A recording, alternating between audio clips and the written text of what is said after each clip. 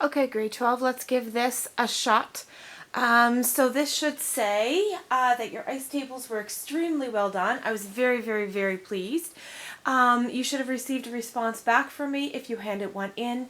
Take a look at my comments, please. If you said you wanted credit and did not pass one in, you also should have received a note from me too. So I do have a little video clip here. Hopefully it will play for you.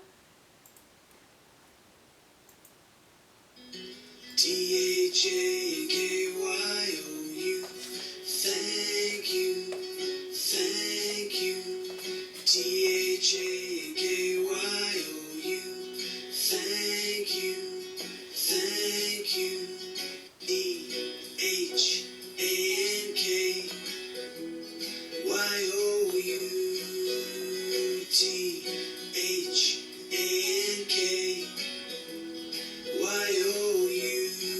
thank you, thank you, thank you, thank you, thank you, thank you, thank you, thank you, thank you, thank you, thank you, thank you, thank you.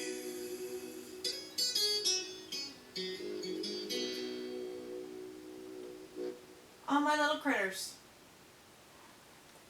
Okay, the next thing I wanted to show you is your homework from Friday. So from Friday I gave you this one little question on equilibrium, and I asked you to look at bromine chloride breaking down into its two elements, bromine and chlorine. So I did give you a little hint saying there was a little bit of a difference with this one. If you look, first of all, Kc, remember I just want to tell you that again means the same thing as Keq, equilibrium. We just use C to represent constant, or rather chemical concentration. When you start to build your ice table, and you would have noticed that you needed an ice table because it says they're being allowed to reach equilibrium, which implies it wasn't initially at equilibrium. So you should have done an ice table. So I started my ice table, and again, what a couple of you forgot on Friday's ice assignment was that you also have to make sure you change the moles into concentration. So you should have taken these moles, 1.34, divided it by the volume of the reaction vessel, and that's where I got these numbers, 0.1218. Okay, now here's what you should have noticed. Initially, there were no reactants in that vessel. Okay, so if it initially had 0, the only way it could go would be up. So in this case, you should have noticed that the change actually was going up for the reactant and going down for the two products. Okay, and again, you would have known that because there was no bromine chloride concentration given from the start. So there's my change. And then for equilibrium, and again, take a look at this third line. There were a couple of you who did not put the I and the C together to get the E. So if we look at this column, the very last column, 0.128. 0.128 subtract X. That's my equilibrium. Same thing with the middle. 0.128 subtract X gives my equilibrium, okay? And then I would have done my Kc expression or my Keq expression. I would have had products over reactants, and my reactants in this case, because they have a coefficient of 2, should have had an exponent of 2. So there we go, my Kc expression on the far left of the screen. Just going to check and make sure it's reasonably focused for you. So you should see 0.1218 subtract X, 0.1218 subtract X over 2X squared. So this was similar to one we did last week in the sense that both the top and the bottom are perfect squares, so you could just square root. You certainly can use quadratic if you want, but quadratic will not be expected for this course. Okay, so I just took the perfect square of each side, I solved for X. Once I found that value for X, I plugged it into the bottom line of my equilibrium table and substituted in the values. So those are the concentrations you should have come up with, and I followed 3 significant figures according to the data that was given in the initial question. So if you need more time to look at that, please pause the video, rewind, etc., and make sure you get that. Alright, moving on to today's lesson, we're talking about water equilibrium. So we're on to section 19.2 in your textbook.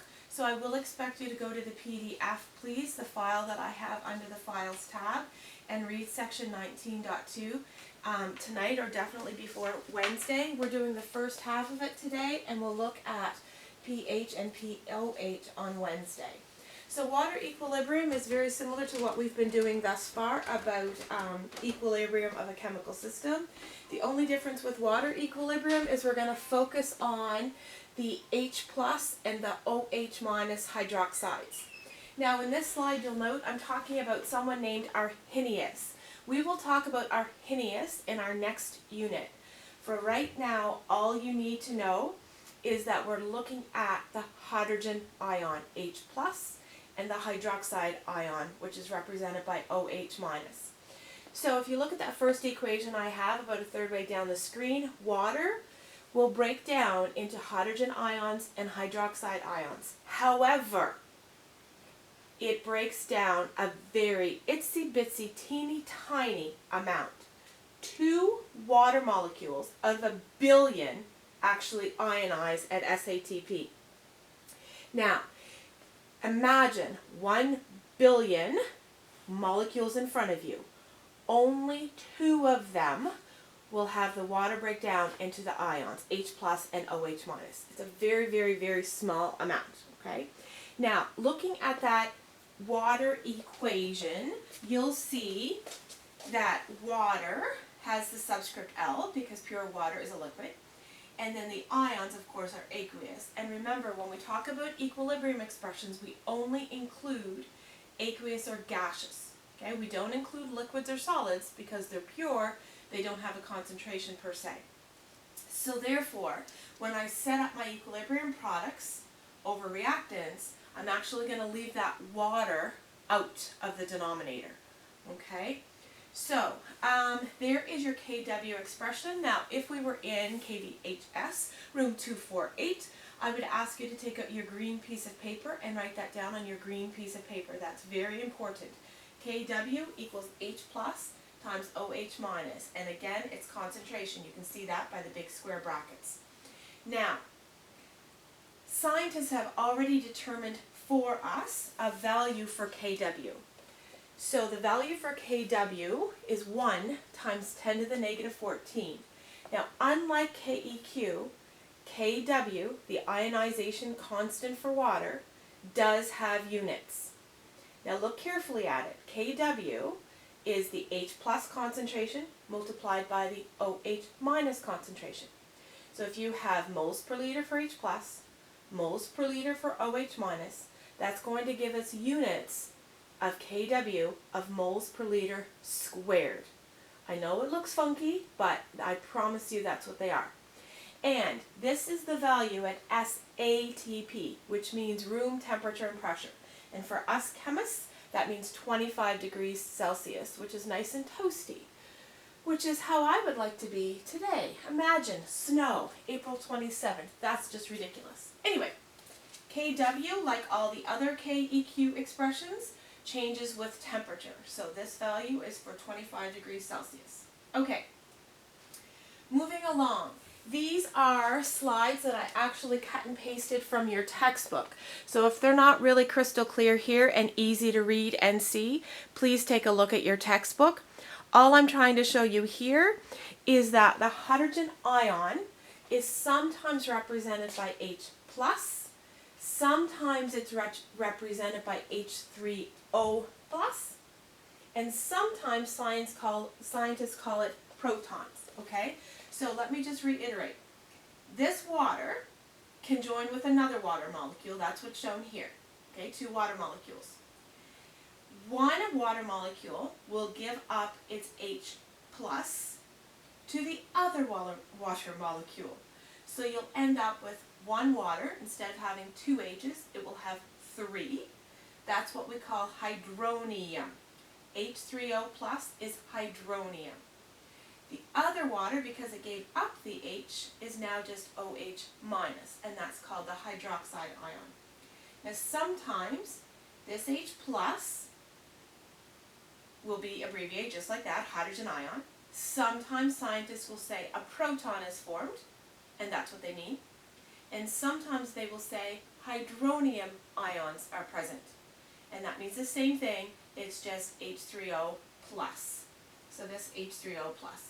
So H plus, proton, and hydronium ion are all used interchangeably. It's one of the reasons why chemistry is so fun. So there we go, that's what it's saying right there. Now, I'm going to take you to this video that I watched recently as part of my AP chemistry course. And before you freak out and think I'm showing you something really challenging because it's from the AP course, it's not, okay? It's not really challenging, and even if it were, you could do it. You're smart critters, okay? But the AP program in the States is done over a couple of years and replaces our Chemistry 11 and 12 program. So a lot of what they cover in AP Chemistry, we covered in grade 11 and 12. That's why our AP Chemistry course can be so short, in just 4 months, because we've done a lot of it in 11 and 12 Chem. So, while reviewing with my AP students for their exam, which is coming up May 14th, I found this video which was very, very applicable to what we're doing now. So I'm just going to play this for the next 6 minutes. So hopefully you will be able to see it, and I will pause near the end because there is some formulas that I would like you to copy down on your green sheet.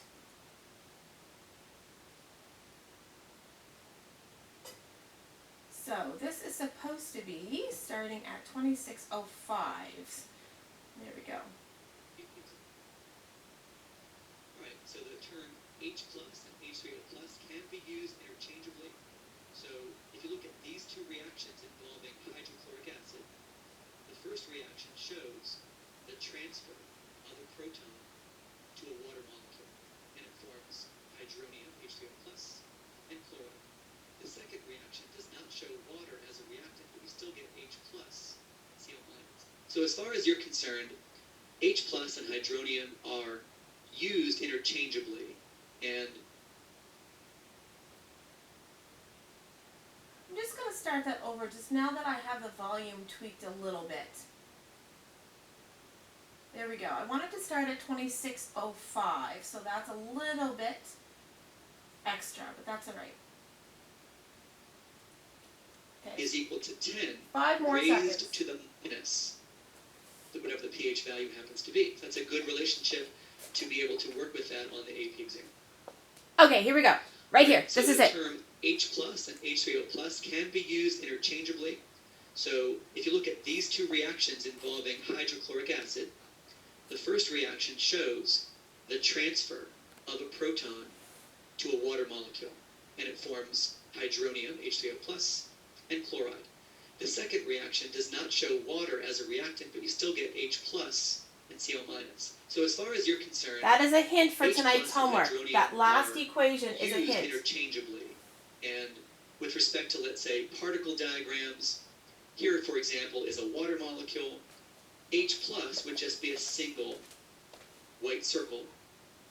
And a hydronium ion in a particle diagram would look like a water molecule with an extra hydrogen attached to it. So do not be confused if on a particle diagram you see these little symbols. Here, for example, is a sample of HX, which contains H plus and X minus. Now, the blue circles represent some negative ion that goes along in an acid. But the diagram on the right would be equivalent in that we're not showing actual water molecules here, but in the particle diagram, if you see H3O plus, you can think of it as the equivalent. But I've already mentioned Whoops.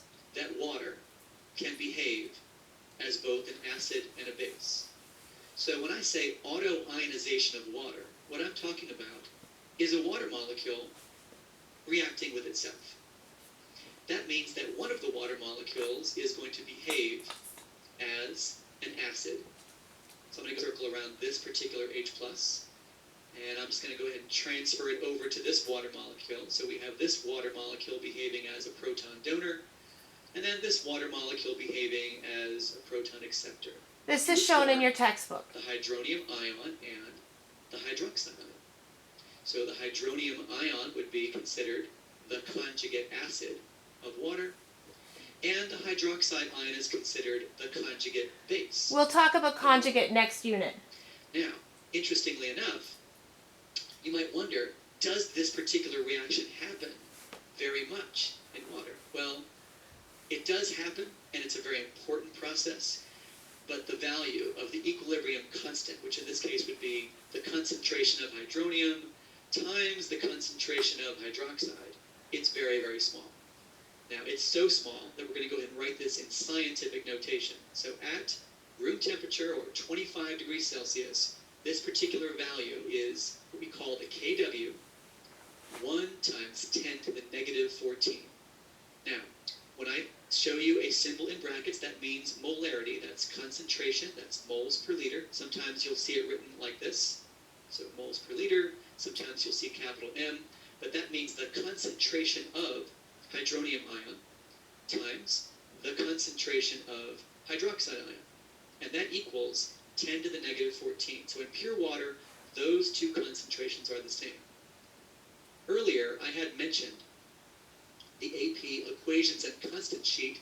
So here I'm showing you a portion of that equation sheet right now. And you can see that here is a reference to that particular That's from our equation. notes. You need So to it's not know that. something you have to memorize. It's definitely That's gonna what be I said to put on your provided green the sheet. AP equation sheet, but it's good to be familiar with these. And then tomorrow's lesson, which talks about pH of strong acids and strong bases, you will definitely see these equations here. And on Friday, the lesson that has to do with weak acids and weak bases, we'll focus on these equations. And that's the same Right. thing we're doing this So I'm week. now going to show you another particle diagram. We have a particle diagram on the left and a particle diagram on the right. The question says, which of these particle diagrams represents a sample of pure water? How can you tell? So you have to focus specifically on the H3O plus and the OH minus. So it looks like I have 1, 2, 3 particles of H3O plus, and it looks like I have 1, 2, 3, 4, 5 particles of OH minus. So therefore, this particular solution is not pure water. It is a basic solution in which the concentration of hydroxide is greater than the concentration of hydronium. But on the right, if you count, you can see we have exactly 4 hydronium and 4 hydroxide. So therefore, this is classified as neutral because the concentration of H3O plus, or hydronium, is equal to the concentration of hydroxide. Now, many of you, if I were to ask, what is the pH of this particular solution? This is neutral, pure water. Then you would say, well, it's a pH of 7. And the official answer is we don't know, because we don't know what the temperature is. And I'll come back to that. So only at 25 degrees Celsius is the pH of water 7. Some people think that pH of 7 is what defines neutral. In fact, what defines neutral is about the concentrations of each of these ions. So, if the concentration of hydronium is equal to the concentration of hydroxide, that is what makes this a neutral solution. Alright, so the relationship Okay, between pause the pH, video pOH, and pure copy water those is that down, they are the please. same, I'm going to move on, because the but you do need to concentrations copy of those, hydronium please. and So hydroxide pause are the same. video. The pH is equal to the pOH. So at 25 degrees Celsius, the pKw, which is just Okay, and lastly, please note on the bottom here. Uh-oh. Lost my screen.